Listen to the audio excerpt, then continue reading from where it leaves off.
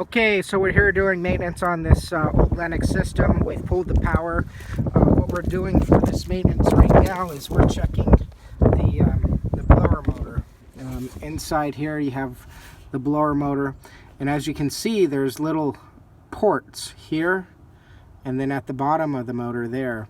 You're going to pull these plugs and put a couple drops of oil in and put the plugs back in, and that's part of the heater maintenance.